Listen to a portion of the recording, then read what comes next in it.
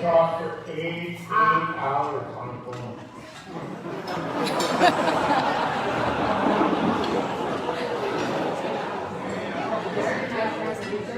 We talk for 8 hours on the phone. That was a wonderful conversation. 8 hours straight. Straight. So it wasn't a break. That was 8 hours. Can you imagine an 8-hour conversation? Well, the thing is, with that 8-hour conversation, there must have been some real heavy stuff. No, we talk about everything. We're in the game and we love this shit. Yeah, I get it.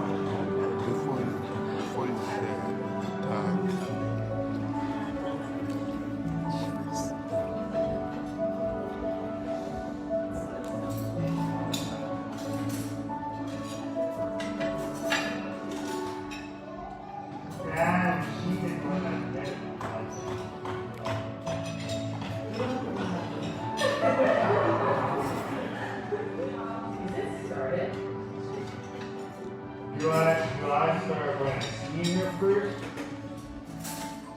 So the first time I seen her was at this one wedding, and I just trying to move the picture. I walked into this wedding, and I first walked into the gym and volleyball player.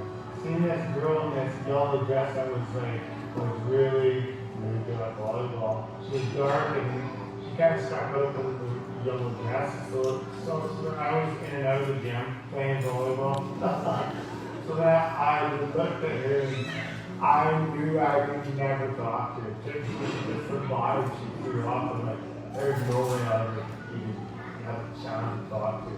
So then I just kind of left it. And then I seen her and I noticed something about her was made me always look at her, I guess. So the first time I saw Derek, he was wearing these bright red shoes, and he walks into. Well, I don't know why I saw red shoes, but the first thing is it was his confidence. He walked in as he knew everything, and that kind of to me was like whatever. Like if you know everything, that's fine. So I didn't even give him a second chance, second glance, nothing. I made my mind up that he was too confident to me, and he wasn't in a godly Christian way. So I was kind of just like, whatever, just move on and play my game. That was 2 years ago from now. But the thing is that I don't remember ever going to wear shoes. To me, there was red shoes. I don't know if I remember or not, but I do remember the color red. So 2019 picks up, and I get this Facebook friend. No, I Typical random yeah, random friend request. You know how you get your friend requests from random people? This person I got, and I was like, oh, the last name is familiar, Thiessen. Whatever, there's so many. Put her right in, and I said, I'll get it. For some reason, I confirmed it, and I didn't think anything of it. So 2018 heads up, and a friend of mine's like, hey, let's go to a wedding, and let's go do some good ball, and some good, just fellowship, hanging out. And I was like, let's try it because it's fall. I'll go anywhere with volleyball. So Faith and I and a friend of mine, her name is Sinead, took out, and we were like going from, and I remember going in, and I don't know, like, you know how it is, you go into places you don't know anybody, and you're just kind of like, you just make your mind that you're gonna have to time. That's what happened. We went in, I'm glad I was getting the ball, and it was insane. Like, the ball was amazing, and I just got myself excited and hyped up, and we go in there, and I see this guy in the corner of the room, and I was like, that's the friend requested person. Maybe I'll see him finally. Couldn't meet him. Well, and then I was putting the ball down, I just like, all of a sudden I see him playing the ball. It's like, oh, it's a girl again. Like, because I've seen him for years. And then all of a sudden we were walking through the volleyball court, she was sitting on me with that telling me I could go meet her. So then I decided to walk beside Sinead, and then I said, hey, I want to meet your friend. And she was glaring up, scared what to do. And we talked. No, you said to me, so what are you? I remember you asked me this, what are you doing here? Just very blunt. You're wearing a skirt and you're not a Mennonite. What are you doing? Like, just very blunt you are. Or, how do you have connections? You wanted to ask, how do you have connections here? And the minute I said literary, his ears went, what? How do you have literary connections? And then we wanted to know about my story. And when you get to talking, she doesn't stop.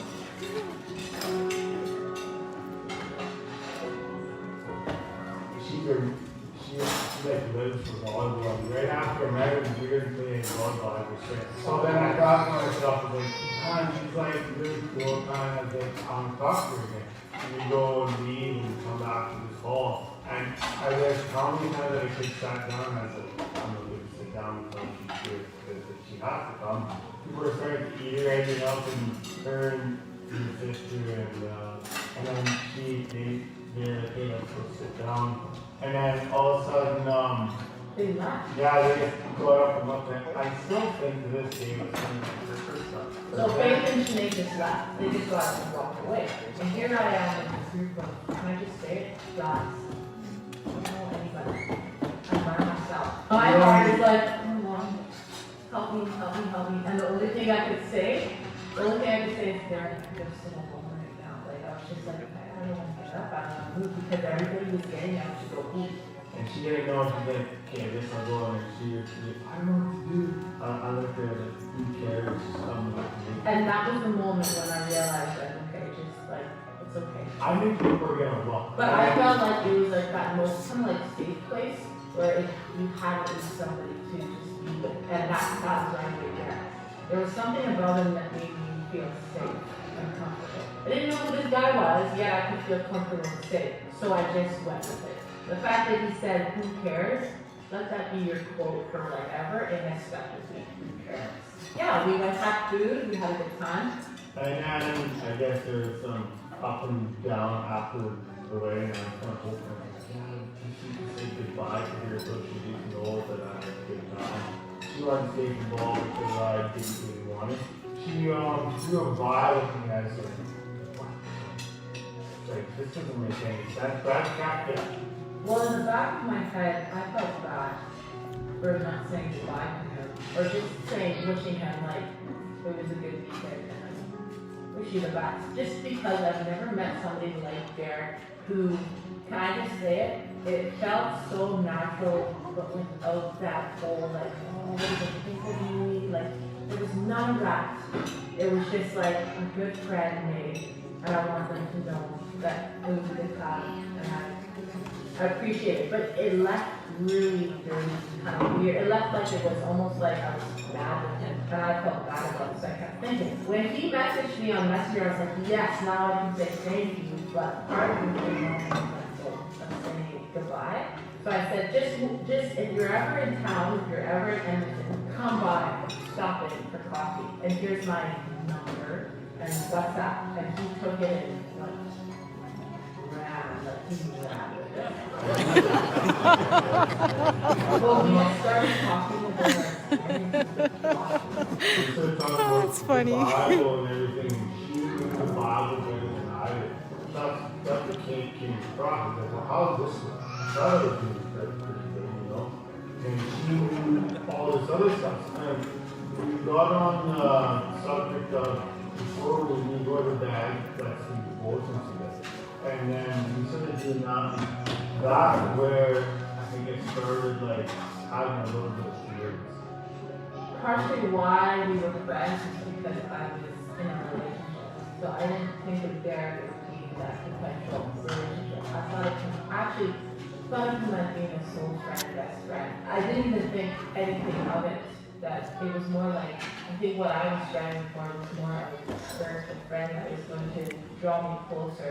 I knew from the beginning that I could be friends with Derek because there was a divider between us. And what I mean by a divider is I knew where he was standing and I knew where I was standing. There was a healthy line. And that's where I think I had the freedom to feel like it's okay to have a friend. Because it's not like we're going to cross. It's never going to work and it's never going to cross. So in my mind, I thought, fine, that's totally fine. And as we progressed to talk more and a friendship grew, it was like, wow, I really like to have a best friend in my life. And the more I pushed away those thoughts and those feelings, the more they came back. It's funny how you just kind of say, okay, Lord, I've given it up, I've let it go, and it's just coming back, and it's just coming back. And one thing I realized is that the moment I finally said, okay, I give up, Lord, like I give up my way, I don't know what this is supposed to be, that's where it just flew. It just kind of went in. And I think the biggest thing is I was the one that kept pushing away. I kept saying, you're an amazing person. I know that the Lord has a good place for you and where you are, but I don't want to bring you out of anything. I want you to grow in where you are. And I kept pushing it. Like I kept saying, wish you all the best in your life and your future. Take care. Block. You know how you block people? I would block him. Yeah, I would block you. You didn't even notice. Because God in my heart is telling me, I'm giving you a blessing and a gift. Stop throwing it away. And finally I just wrote it and I said, whatever it's supposed to be. So the friendship just grew and grew and grew. What you kept saying to me is, I started liking it, and I tried to not push it too much, not try to sound aggressive, but I kind of wanted to tell her that I kind of cared, you know? And then her mom told me, her mom knew that I liked her. Her mom said, there's no way you can date my daughter unless you have a conscience of God. Or there's no way this will work out. Yeah. Have prayer and serious. Well, have an experience that you guys should. Signs from the Lord that this is what. Yeah. I kind of hinted at the one day and said, no, we're going to stay best friends. Stay best friends, stay best friends. Well, you always were trying to go for the more. I wanted more, and then she's like, well, there, I got to clean this up, and can we just stay best friends? I said, I've got feelings I can't. I said, I can't just take my feelings away from you. And then it kept going like that, and then finally I wanted her to do closure at death, right? yeah. So the one time we were on a break for a month, and then I prayed to God that if there's any possible way, even though we're not talking, you answer her, I'd come and see, just stop it, because she could come around and come see me, and then her mom told me that we were going to do it. There was a time in my life where I could feel that the Lord was really, He was kind of shifting me, and it felt like, I don't know, it sounds pretty extreme, but it felt like I was being gutted, chicken inside out, and it was being cleaned up. But during that cleaning up, I had to make some serious, hard decisions. And one of them was ending a relationship that I actually thought would get married and, you know, have a future with. And it's kind of amazing how I believe that God brings people in your life at the right time. And I had to accept that, even though I was in another relationship, that relationship wasn't what God had intended me for. And He had brought Darren in my life at the right time to show me otherwise. I don't want to say that God can't work on anything, but He gave me some beautiful dreams and beautiful answers that opened up my eyes to realize that. Because I'm a stubborn person, and if I really want to keep something, I'll keep it. But I did not see the future. I did not see the future so clearly when I was there, and that's what was very scary. And that's why I had to get down on my knees and ask God to show me, give me signs, and just give me peace about it. Because I had to, first of all, break a relationship that I could never ever imagine myself doing. And then second of all, start something with him that I never ever imagined myself doing. So with that said, it's not me. I still cannot believe I'm here right now talking about it because I never imagined I would.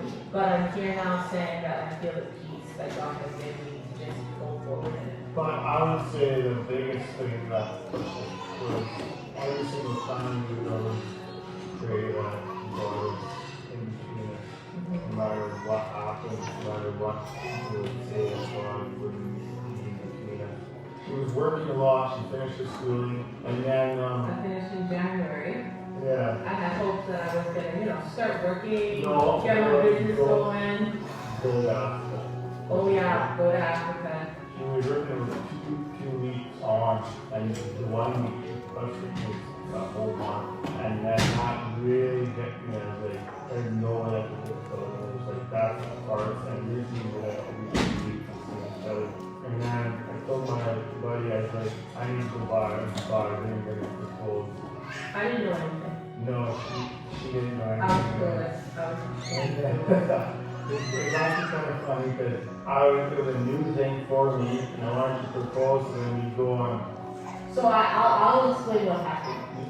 I planned a trip to go to Vancouver. My trip, the trip that I want to celebrate after I finish my schooling. 2 years in college, you're exhausted. So I decided I'm going to plan a trip. It was good, cheap tickets. Somebody's like, oh, we're coming. So guess what? He came. Then my brother heard about it. John heard about it. Faith heard it. Finally, it's becoming a family trip. So my friend Bree and I were like, let's figure this out. And she actually lives in Abbotsford. And so we decided, well, let's do this. Let's just make it a trip. So in the back of my mind, my trip is about, let's have a good time. So here I'm planning, here we're having a good time. Derek is getting fancy. Like, he's kind of like what I mean by that is he wanted to go somewhere alone, but I was too busy with other people, friends, and if I left him home, he's like, you need to be alone. Like, you need to just have your own time alone. And I'd be like, Derek, what's going on? Like, I just wasn't really thinking. And every time I tried to even embrace Derek, like just even get him on hug or he pushed my hand like this, or just push it away, and I thought, like, I must have done something. No, because I thought the thing He already had the box of green came for the time. so that every time I would think of like, I'm gonna find this cool spot. And then the last day, we like, surprise, and we did it and stuff. I couldn't find the spot, and I'm running out of time, so then we went to White Rock. Beautiful beach with just kind of here, just the ocean. I instantly I walked in and knew that to do it right then. I just knew it, and then I made the kind of the thing that, that'd be cool too. Aww. That'd be awesome, though. Awesome. And then I started to bend down, and she walked me, pulled me up, go down. No, I mean, I was like, He was looking around at people, and he was looking like this, and right out because I knew it was on my desk. Like my mind was telling me, I thought there was more of a crowd, and I don't know the crowd. I don't know the crowd watching. So.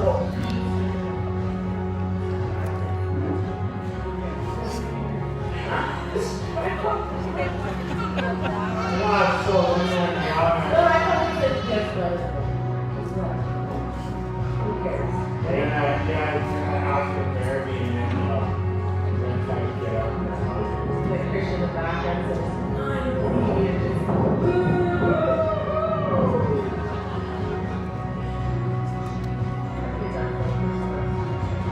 fighting our friendship in the Lord, building it together. And I think that's what this flourished and grew so much more. But I do know this is if we wouldn't have God, like if we We wouldn't know have, that from that. like I know not like we wouldn't always have goals and not hanging out. Like I'm 90% chance that we would work. I would say that 100%.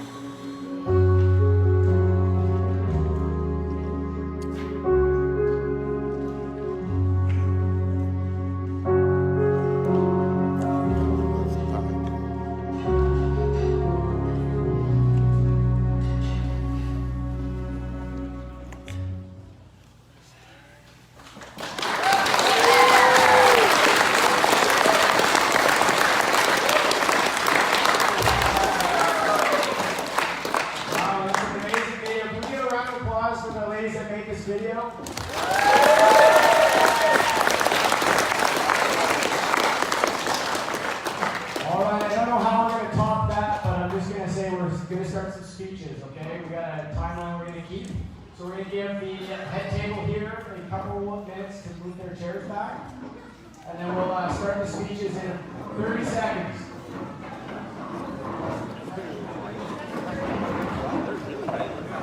While they're moving their seats, I've been asked to have a strict timeline of the rest of this wedding. There is a select people that have been asked to give speeches. I know people have come to me and asked them to give something. I'm going to kindly decline that offer. If you want to say anything to the husband and wife here, we can do it at a later time. We got a schedule we're going to keep. So number one, I'm going to invite Hope's parents, or sorry, Jared's parents up first. You guys want to come up and